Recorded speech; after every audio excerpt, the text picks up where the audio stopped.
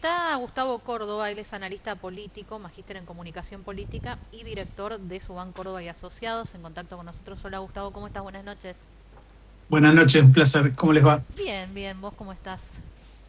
Muy bien, con un domingo en el medio de un feriado, así que qué mejor. Qué mejor, es cierto, ¿eh? Bueno, nosotros vamos a sacarte de ese feriado para que nos cuentes un poquito cuáles son los últimos números con los que estás trabajando. Vos sabés que lo que publicamos pareciera que envejeció rápidamente, ¿no? ¿Ya? Y claro, yo te voy a dar lo que pasó en los últimos días. La reunión de La Libertad Avanza con el PRO, de Sí. urgencia. Consecuencia para mí inmediata, la señal de debilidad que emana del gobierno libertario. En segundo, la reunión del peronismo. Cuando todo el mundo creía que el peronismo estaba peleado, roto, fragmentado, de pronto, ¡pum!, se juntaron. ¿Qué decidieron algo? No tanto, pero mostraron cierta cohesión alrededor de la idea de defender las PASO. Me parece que fue una decisión muy inteligente y que manda muchas señales, ¿no? Eh, en tercer lugar, el gobierno acumuló a lo largo de 20 días distintas decisiones económicas ultraortodoxas para mandar señales al mercado, ¿no? Por ejemplo, ¿Los el créditos en tema de, dólares? por ejemplo, el anuncio de que iban a comprar 10.000 millones de dólares ante las elecciones, por ejemplo, la reforma de la Carta Orgánica del Banco Central, por ejemplo, la visita de la Cristalina, que la llevaron incluso hasta Vaca Muerta. ¿Cómo respondió el mercado? Con una suba del riesgo país, es decir, el efecto contrario al buscado. Básicamente, ¿por qué? Porque lo que el mercado también está interpretando es cierta debilidad del gobierno de Milei de cara al año próximo. ¿Quieren otro elemento adicional? Bueno, esta dificultad del gobierno de no encontrar un páramo de tranquilidad, porque tras la salida de Adorni, todos pensábamos que el gobierno entraba en una fase de relanzamiento. Créanme que cuando les digo que el tema este de los fondos para el mantenimiento de la ruta no es un tema más, sino que es un tema como mínimo de malversación de fondos, ¿no? Fondos públicos. Creo que el gobierno entró ahora sí en una situación de crisis, ¿no? Creo que advierten que la proyección de la economía hacia el año que viene no va a ser la que pensaban, y ahí me parece que se explica en gran medida el día de hoy, el día de mañana. Por eso les decía que lo que medimos hace poquito tiempo quedó claramente desactualizado, ¿no? Dábamos al principio, ¿no? También algunos datos en cuanto a expectativas y, a ver, punto más, punto menos, todos coinciden en que la elección probablemente se define en una segunda vuelta y que esa segunda vuelta, bueno, también es muy pareja a los números de hoy, siempre haciendo una elección polarizada. Y esa es mi primera pregunta. ¿Vos crees que la elección del año que viene se va a concentrar entre Milei y una oposición quizás encabezada por Kicillof o que van a surgir otros actores? Vamos por parte. ¿Cuántas horas tenemos para el No, análisis? pocas, pero bueno. Este, Miren, vamos primero por lo más relevante. Todavía no sabemos si se vota con paso o sin paso. Claro. Todavía no sabemos si Provincia de Buenos Aires desdobla del calendario nacional y vota antes o después o junto con el calendario nacional. Son dos decisiones sumamente relevantes. Créanme también que hay un tercer elemento que es la marcha de la economía. Yo lo que diría en este momento es que no pienso que el gobierno pueda tener chance en segunda. Yo creo que el gobierno puede tener chance en primera. Bien. Vean, hay un consenso en la industria de la opinión pública. Tenemos prácticamente entre el 60 y el 65% de gente en la Argentina que quiere un cambio de partido en el gobierno nacional. Tan solo entre un 30 y un 35 quiere la continuidad de este gobierno libertario. ¿Eso qué significa? En primer lugar, una desmentida rotunda a que no hay nadie enfrente de Milei. Hay como mínimo un 60% de argentinos que no lo van a votar, ni en primera ni en segunda vuelta. Entonces, ¿qué falta todavía? Bueno, ustedes lo charlaban recién, ¿no? El peronismo, la oposición todavía tienen ahí muchas materias pendientes, pero créanme, yo no tengo ninguna duda, porque además en mis 30 años de experiencia en política lo he vivido de esta manera, en los años pares el peronismo siempre se pelea y en los años impares se arregla. Entonces, no nos adelantemos al tiempo, no nos prendamos a esta idea de esta ansiedad presidencial generalizada que tenemos, ¿no? De querer definir ya lo que falta todavía más de un año para votar. Lo que sí está claro es que para mí, ¿no? El eje central va a ser la economía. Si funciona la economía va a haber voto premio y reelección. Si no funciona la economía, voto castigo y a la casa. Martín. Buenas noches. Usted en un reportaje anterior, acá en este programa, nos dijo algo que nos quedó grabado como una frase muy fuerte. No hay un escenario de partidos, sino más bien hay un escenario de una mayoría consolidada, que es el antikirchnerismo, nos decía hace un tiempo en un reportaje que nos hizo. Yo estuve mirando los números de la Universidad de San Andrés y otros números también, donde el nivel de desaprobación del gobierno va entre el 65 y el 69%, como usted bien decía, ¿no?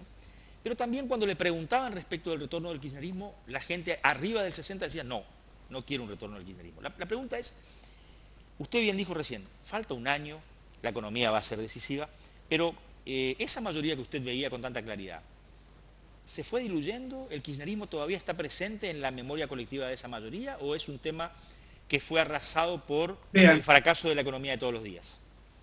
La derrota del candidato del kirchnerismo en la última elección fue una consecuencia, creo yo, y el presente hoy es el gobierno de Javier Milei. Yo les diría, como dato, en la última encuesta lo tenemos medido, pero no lo hemos publicado, pero medimos siempre cómo se siente hoy el argentino, si mileísta o antimileísta, kirchnerista o antikirchnerista.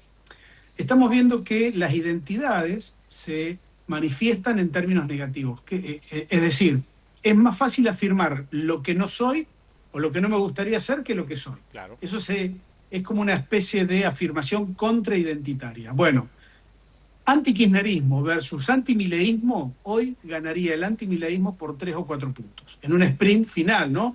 Como si esto fuera una carrera de caballos cabeza a cabeza. De ninguna manera eso condiciona el escenario del año que viene. Yo lo que digo hoy es que la reelección en la Argentina de un gobierno no se trata de si la oposición tiene un candidato a la altura de la expectativa de la gente o si la oposición tiene un plan económico del gusto del mercado o de los mercados, ¿no? Yo diría que la reelección en la Argentina es un plebiscito sobre el plan económico del gobierno de turno. Entonces, lo vimos con Milei hace 3 años, ¿no? Es decir, la gente quería castigar al peronismo y lo que había disponible era Milei, independientemente de la valoración, en mi caso muy crítica, porque lo que es hoy Milei en términos de lo que a nadie le gusta, ya estaba presente cuando él era candidato, ¿no? Gustavo, hablamos en todo momento de un balotaje, pero hoy no hay posibilidades concretas de llegar a estas circunstancias. La oposición la encarna el peronismo y con algunos aliados, y del otro lado está Milei, que está tratando de juntar, amontonar a algunos aliados del PRO y del radicalismo. O sea, con mucha o poca participación, el que más votos saca me parece que termina todo en el primer turno, ¿eh? No lo sé. Posiblemente, pero a ver, vamos de nuevo.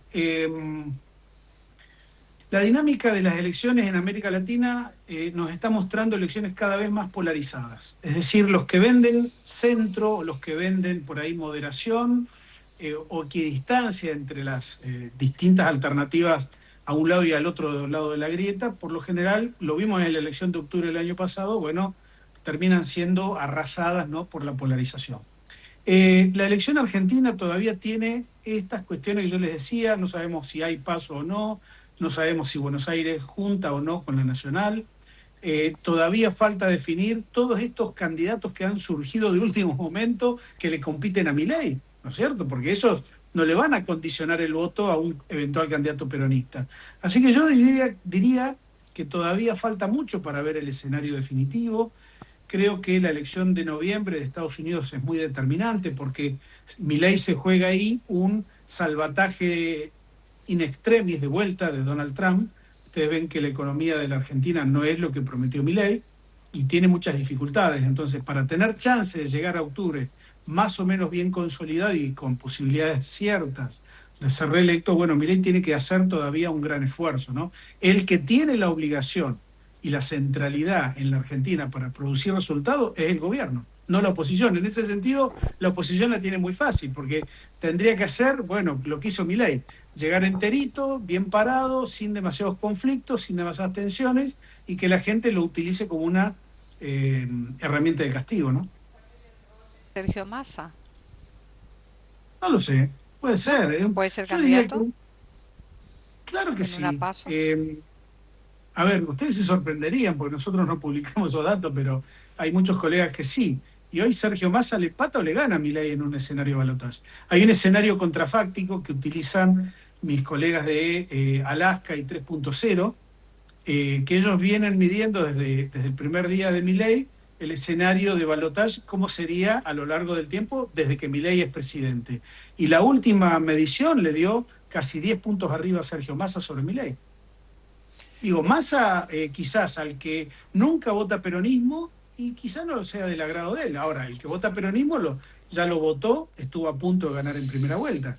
Esas son las cuestiones de la grieta. O sea que usted... El dilema de la Argentina lo terminan resolviendo cerca de 20 puntos de electores que no son ni peronistas, ni antiperonistas, ni mileístas, ni antimileístas. O sea, Gustavo... Esos votan, bueno, con criterios que va a haber que descubrir, ¿no? O sea, Gustavo, que de alguna manera usted también discute a aquellos que dicen que en Argentina se va a votar a futuro. ¿Se puede votar el pasado también, eventualmente, si es un mano a mano entre Massa y Milei?